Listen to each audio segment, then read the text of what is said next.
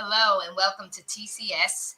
Take center stage and own it. This is a personal, professional, and business development platform. We're so excited to be here today. My name is Marisa Bludart, and I am your host. We're focused today on DEI, diversity, equity, and inclusion, and what matters most. Taking center stage and owning it with me is Dr. Madeline Lewis, our key topic speaker today, Jacqueline, Robert Gatewood, and Sabine, our international real estate broker. She is in the house. And we're going to tie this all together. So, Dr. Lewis, take us on in DEI. Okay. Good morning, everyone. And Marissa, thank you for opening up this platform for this topic. Really appreciate you. DEI, as we all know, has been a subject. And when I say DEI, I'm talking about diversity, equity, and inclusion, has been in the headlines for several months now, and it's just the topic is just getting hotter and hotter, and the concern around it is just overwhelming. People are really some are upset, some are confused. They don't know what to do. They don't know where to turn, trying to figure this thing out. So just want to talk a little bit about it today and kind of get everybody's input on in the direction that you all are going and what your thoughts are on it. But just to give a little bit about diversity, equity, and inclusion, as I said, it's a hot topic right now. And it's really one of those things that it's an initiative, and it's not just buzzwords, and that's why when I say people are concerned about it, they're confused about it, but it represents um, essential strategies that can create a fair workplace and improve overall business performance. And so you want to have an organization that looks like the people in the world. You don't want everybody to look the same. And you want to be yes, you want to have the premise is to have fair and equality, when you're hiring, the hiring practices and different things like that. And you want to embrace the uniqueness of every individual. So you want to make sure that there's equal opportunities for everybody, and you want to foster an inclusive environment. And that is what I think people are afraid that organizations will get away from, because now we're hearing about all these organizations that's pulling out of those initiatives. So just like I said, want to start the topic off and just talk about what it means to have DEI in your organizations, and why it matters. That's why I think we're kind of here today. If anybody want to jump in, Jacqueline, I could just see it all over your face. You're just bursting to tell us what your thoughts are. So jump right in and just tell me what your thoughts are on this, and how do you feel about it? Okay. Thank you so much. Appreciate being here. Thank you, Marisa, TCS Consulting. And thank you so much, Dr. Madeline, for even bringing this topic. So just to kind of give a little bit of where my mindset is coming from. After 40 plus years in global high tech and engineering at the C-suite level, now I empower, as retired from there in corporate, I empower C-suite women. And I do try to focus on global women in high-tech leadership to help to unlock their potential, harmonizing their innovation in the frameworks that they learn to use. So why does DEI really play into all of this? Well, one, it fosters creativity and innovation. For whatever reason, this is not just about a race or a gender. This is really about fostering innovation and creativity. And I took a little note, Dr. Madeline, when you said everyone's uniqueness. And so if we're going to tap into everyone's uniqueness, we have to have leaders at the C-suite that understand the whole picture of DEI. What's the impact? Well, the impact is that companies with diverse leadership are Mhm. more likely to create products and services and Yes. strategies that appeal to a broader customer base. This is Absolutely. about shareholder value. It's Mhm. not just about reaction and emotion and people saying, "Oh, we need to do away with that because it's unfair." But what we really do with a diverse workforce is we set the stage to increase a competitive advantage in the marketplace if we're really understanding the whole picture of DEI. And there's quite a few studies out there. Right now in 2025, there was a study by Corn Ferry, I believe, and I know the Global Black Forum did the same study, but they kind of came out with the same, I'm going to say, thoughts and results that they found that the companies that they looked at, those companies that actively engaged in DEI from a holistic perspective, they had a greater innovation advantage and they had more successful execution of their ideas that went to market. Absolutely. So this really suggests that technology could be somewhat hampered if we are not going to look at the diversity. And I'm just talking about one sector of the business world, but it affects others areas as well. But of course, my background is technology, and I really see an impact, as do some of the other experts. That was actually published in Market Watch in January, I believe. And so Absolutely. that all goes right back to POS and what I talked about backstage before we got here. And it's Yes. on every level. POS is every level. And ultimately, your shareholders, that's always overlooked, is Mhm. your work capital, your human capital, Right. your people. They're shareholders too, because they're looking at the performance. They're looking at, when I go to work, do I have to worry about the company for me or is the company against me? And that's what DEI really dealt with. It gave people an unconscious sense of security. Because when an individual feels secure and safe, you can unlock and unleash their unlimited potential. And that is not a cliche, that is the God's honest truth. If Absolutely. I am not worried about my job and I Mhm. feel good about what I work for, I'm going to Mhm. show up and I'm going to show out because I Absolutely. love my company and Mhm. I want to represent them well. So I'm going to increase, not decrease, my performance. So Absolutely. this is no game. It is truth. It goes back to EI, emotional intelligence. It just encapsulates it all. So my background is psychology.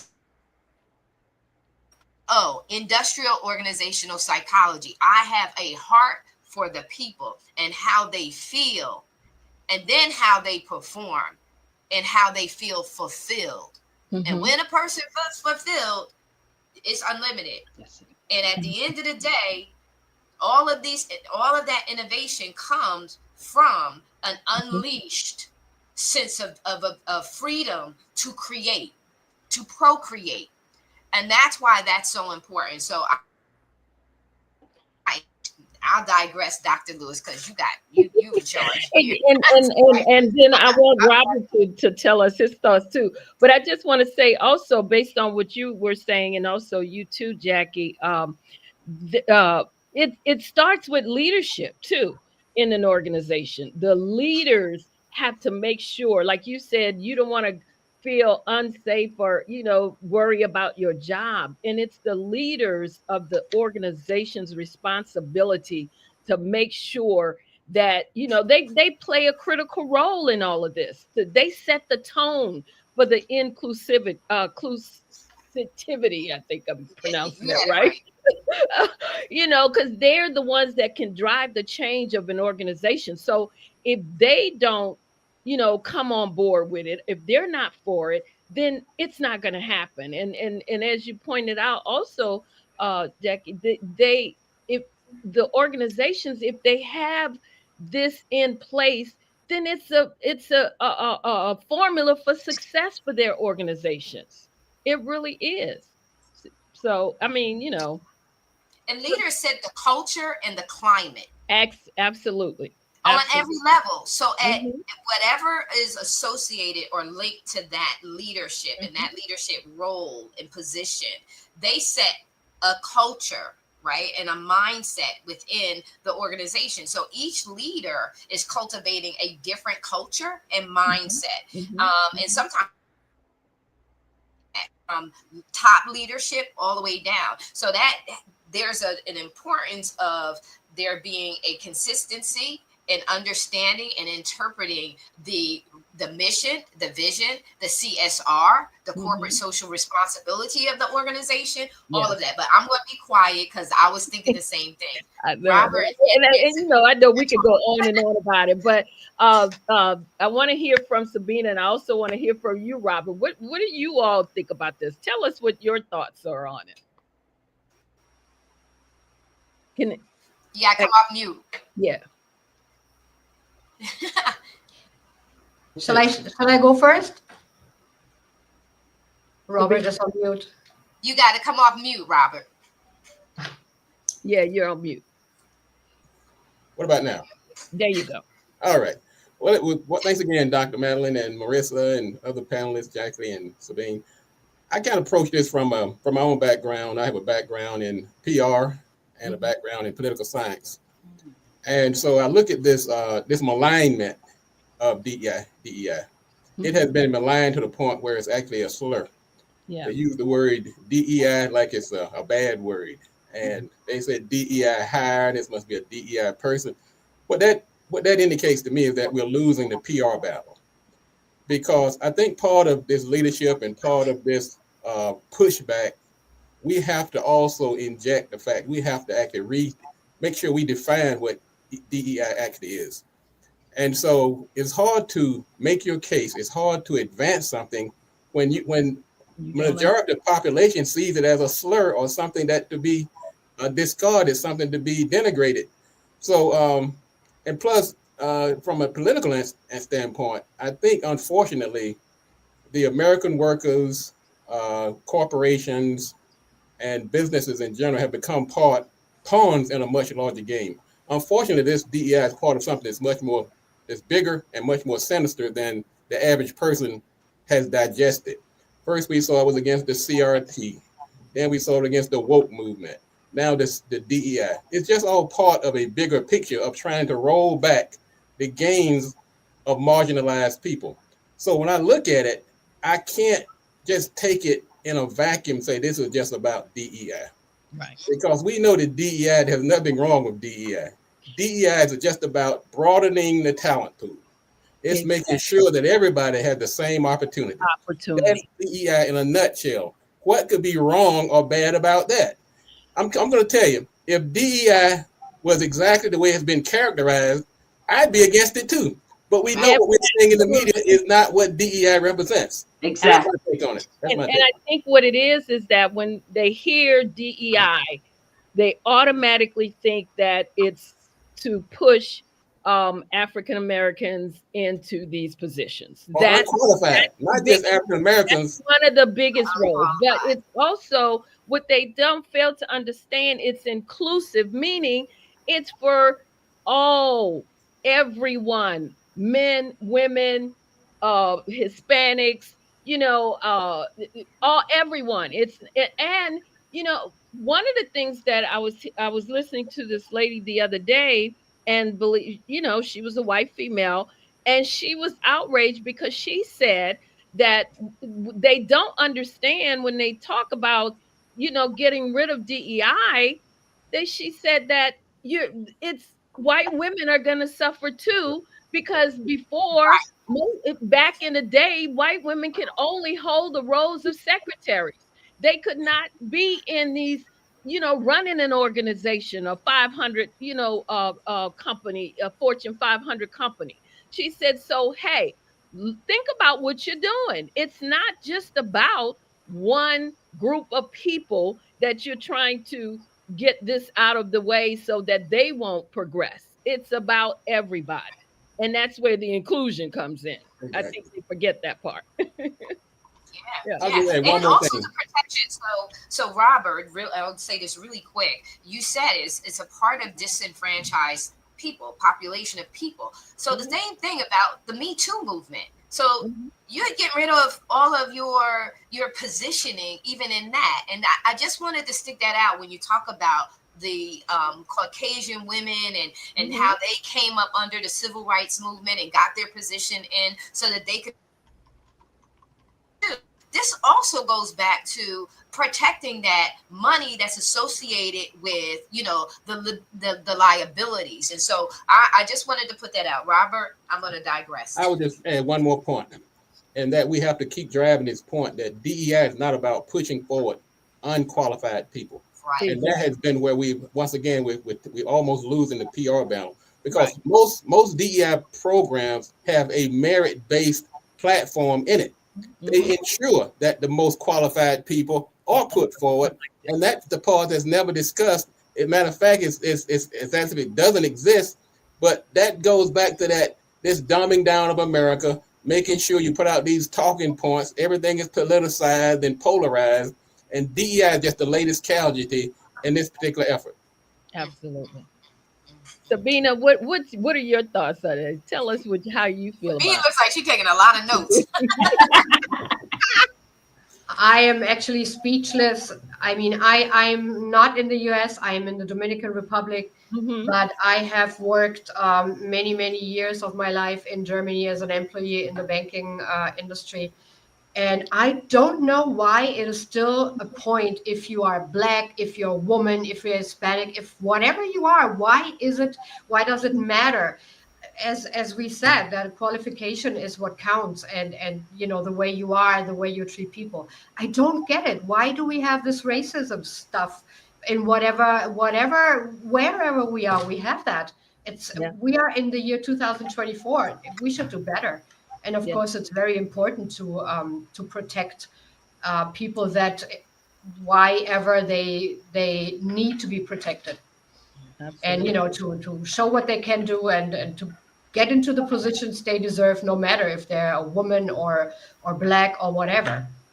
I just And I don't that's have what the words and for that's that. what Robert was saying. It's I, you're looking at the Right, most qualified. You're not just right. putting and I'm just gonna put it out there, a straight white man in that position just because he is. And the Exactly. unfortunate part about that is that 41 of the 50 states have either outlawed or introduced legislation to roll back DEI. And I just want to point out that the District of Columbia and Maryland is not one of them, okay? All Just right. to let y'all know. Very good. Just if I can interject, I love what Robert said.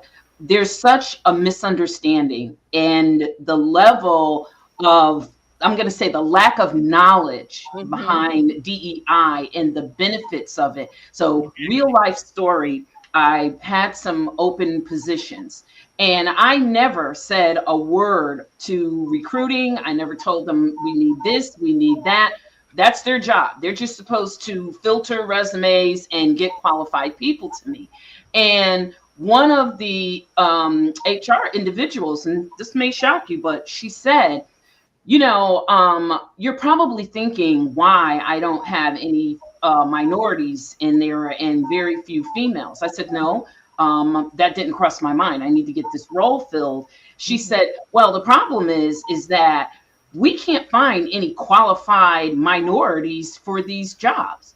And I asked her, where are you looking? Looking. She said, well, we're looking at MIT, we're looking at, and she cited some of the colleges that you're not going to find that level of diversity. And so I asked her, I said, well, did you think about Howard?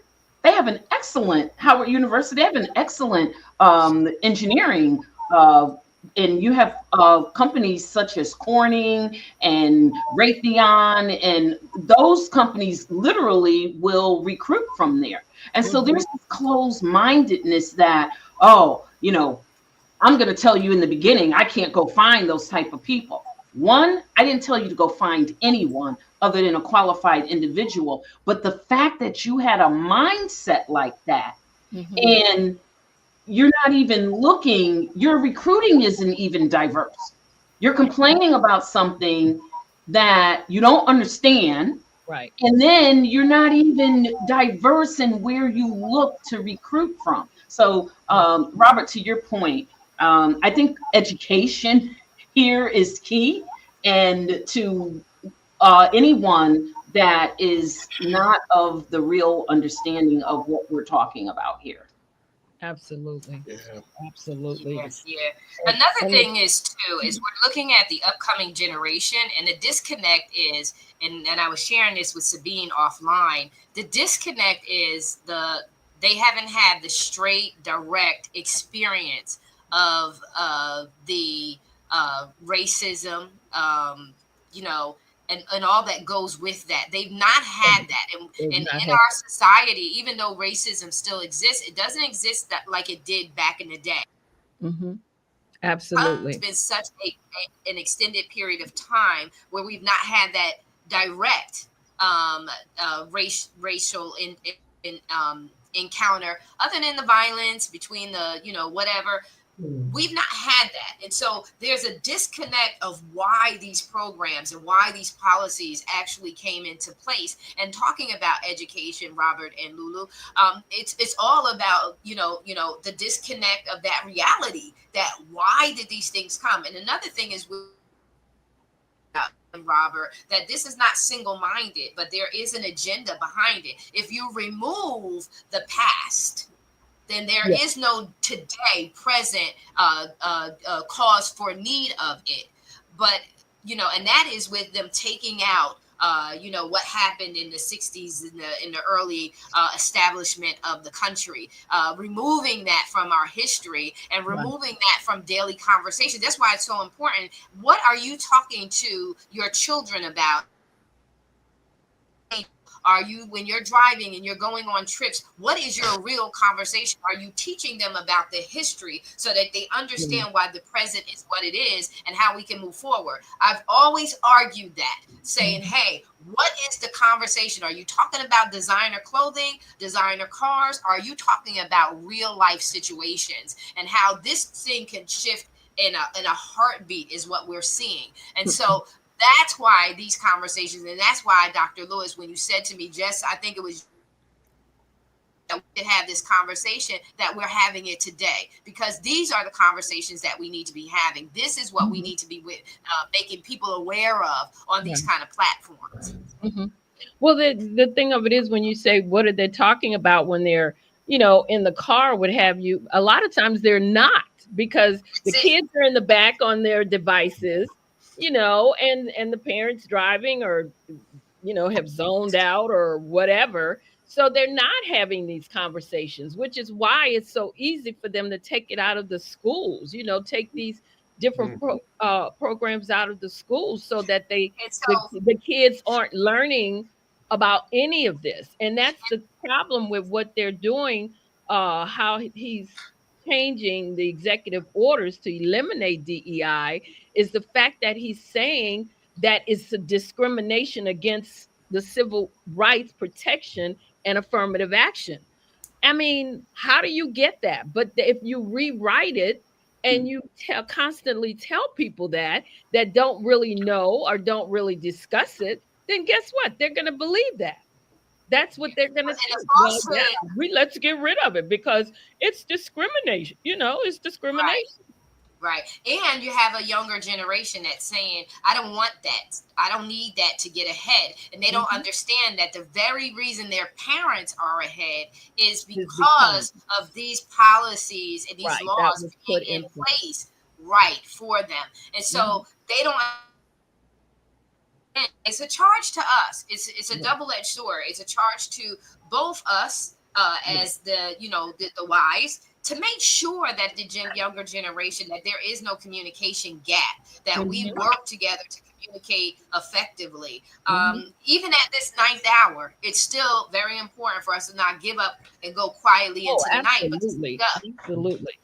Absolutely. We can, because for one thing, I think, and what, you know, I am now telling the clients that I work with is that you really have to, you know, be aware now, even more so, of what's going on. You have to understand what's going on. You have to make sure that you stay up on what's going on. You have to expand what you're doing, because you know they're also getting concerned about their businesses. Because if you are someone who those were your programs that have now been canceled, if you had a contract, say with the federal government, you know all of that's been canceled, and so you now have to figure out what you're going to do to pretty much stay alive, so to speak, if you don't have another way to pivot, you know. And so you have to you have to again be expand, you know your capabilities, look at something else maybe that you might can put forward and continue to do. But you can't let this stop you, but you definitely have to stay on top of what's going on so that you can know and understand it. And again, like I said, be able to continue with your business, but also know that this it's here, and right now we're going to have to deal with it. We're gonna have to deal with it. And the beautiful thing is, thank God for the way that we elect our presidents, is that we only have to go through this for the 4 years, and then so what we need to happen, what needs to happen is you need to have a strategy and a plan. Be Strategy, intentional. absolutely. Don't give up, cave in, and quit. It's not time to be Exactly. get down to the nitty gritty and say, how do I shift my program so that they're Yes. leadership development programs, Mhm, so that mhm. they're people development programs. So don't give up. Don't get all. You ain't got no time to be crying. You got to encourage yourself, and you got to evaluate, just like you said, your offerings, your services, and rename those things and do some tweaking and adjustment. Because let me tell you Absolutely. something. No matter what, communication, influence, leadership roles are to inspire, to empower, Hmm. to give vision, strategy, Yes. and to motivate and lift up. And so Hmm. you can pivot your programs. Just Right. pivot your programs to focus on people Absolutely. development. You Because know, like Mhm. you said about pivoting your program, sometimes you may focus on one thing, but there are a couple of other things that Oh you my God, have there's so much. within your skills that you can pull out and you can still use to increase your authority in a certain area. And that's now what they have to do. And that's what I've been telling those that are now concerned, because had one individual who was had a contract to go for to provide DEI training, and got a call the day before to tell her it was canceled. wow. Yeah, it's canceled. So she's like, "Oh my goodness, what am I going to do?" Well, here's what you now have to start doing. Yeah. You got to You be know, ready. we we talked a little bit about the misconception of DEI, and there's a really important subject that ties together, and that is the integration of AI, artificial intelligence, and the Hmm. technologies in DEI. Well, Hmm. how do they relate? Well, as companies integrate AI into their operations, there's going to be a growing need for ethical AI deployment that Hmm. accounts for diversity, fairness, and inclusion. So, Yeah. AI technologies, if not carefully designed, can Yes. perpetuate existing biases in hiring, Absolutely. promotions, decision making, Hmm. disproportionately impacting marginalized groups. So, DEI teams actually have to still continue to say, okay, AI solutions that we are building, and we've got all this diverse data sets. Hmm. Okay, how are we going to make sure that we don't further disadvantage or underrepresent employees in groups. Right. Last but not least, why does Yeah, it you matter?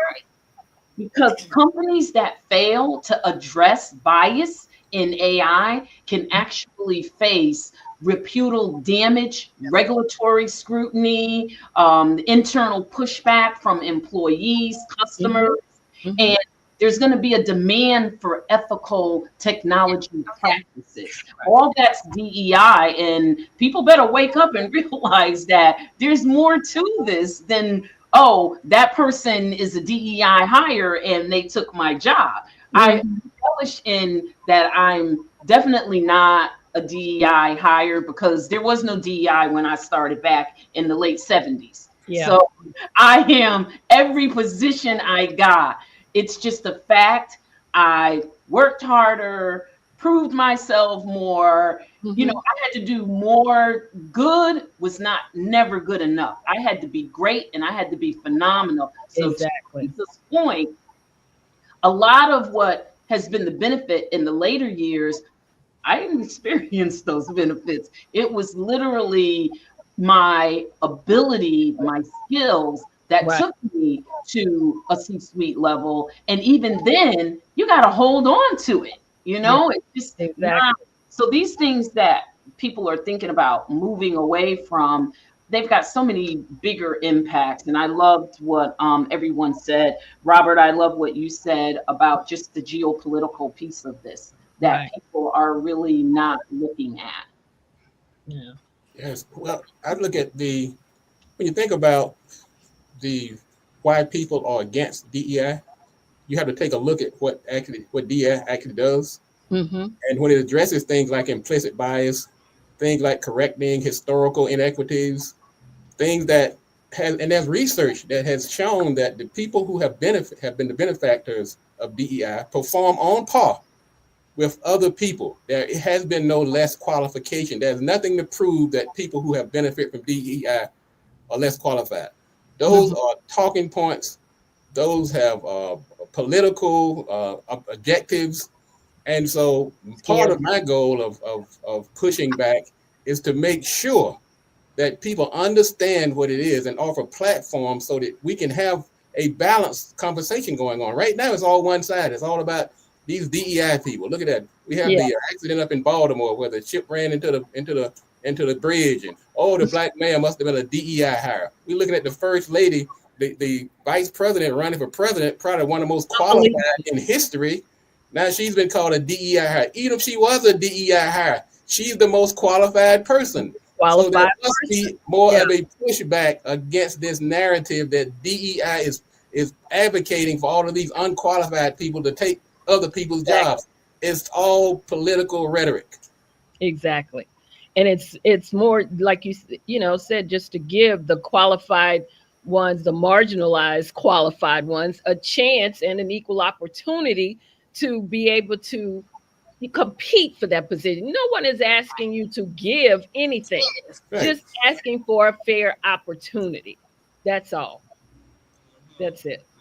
So it's just, and that's why I'm liking this conversation, and because we're hearing so much about it, but a lot of it too, again, like, is scare tactics. You have the things that people don't understand, and a lot of times when they don't understand something, they're afraid of it. Mhm. Or and then Right. you have the other side where they just, I want this, and too many of them are getting what I want. So Right. there you You go. know, I like what Jacqueline said earlier. She was talking about when she was giving the example of people Mhm. can't find the talent. Well, Yeah. one of the objectives of DEI is to broaden the pool, which means you have to go out and recruit. You can't just go with certain other demographics or expect to find a diverse pool Exactly. of candidates. The other Exactly. part of the DEI, the inclusion part, is Mhm. about making people feel welcoming, and then the equity part is to remove some of these barriers that have Mhm. historically kept people from getting in these positions and advancing. And Those absolutely. are very noble, honorable, and any person with a just and fair mind will see them as needed advances in the workplace and in society. But Absolutely. That's not the conversation that we're having. That's not what we're talking about on the nightly news. That's not what the talking heads are talking about. All they're talking about is look at that DEI hire. Look at How did that person get there? We have to change the narrative in order for us to advance all that's good about DEI. And that's exactly like what you were saying, Jacqueline. It's yeah, I remember when I was working with the FBI, and I was actually at the time I was an analyst, and I remember seeing on the website that the FBI had a recruitment team, and I remember thinking, I didn't know we had a recruitment team, and so I went and I inquired about it because, as you know, the FBI was famous for having a lot of white males in the organization. And so when I went to find out about it, I got on the recruitment team. I was able to get on the recruitment team just to see, I wanted to know where they were going to get these people, you know? And it's like you say you're going to colleges. When you put up these recruiting booths at different events, you're telling people, you're going to colleges and different things like that to get people. But like you said, which colleges are you going to? And by doing that, I was able to get on there and kind of like you said, make suggestions. Hey, well, how come we're not going over here? But if you don't, again, too, you can't be afraid of what's going on. You have to jump in, you have to be aware, you have to do your research, and you have to include yourself in the conversation so that you can try and change the narrative. Amen. So, yeah. But Wow. wow.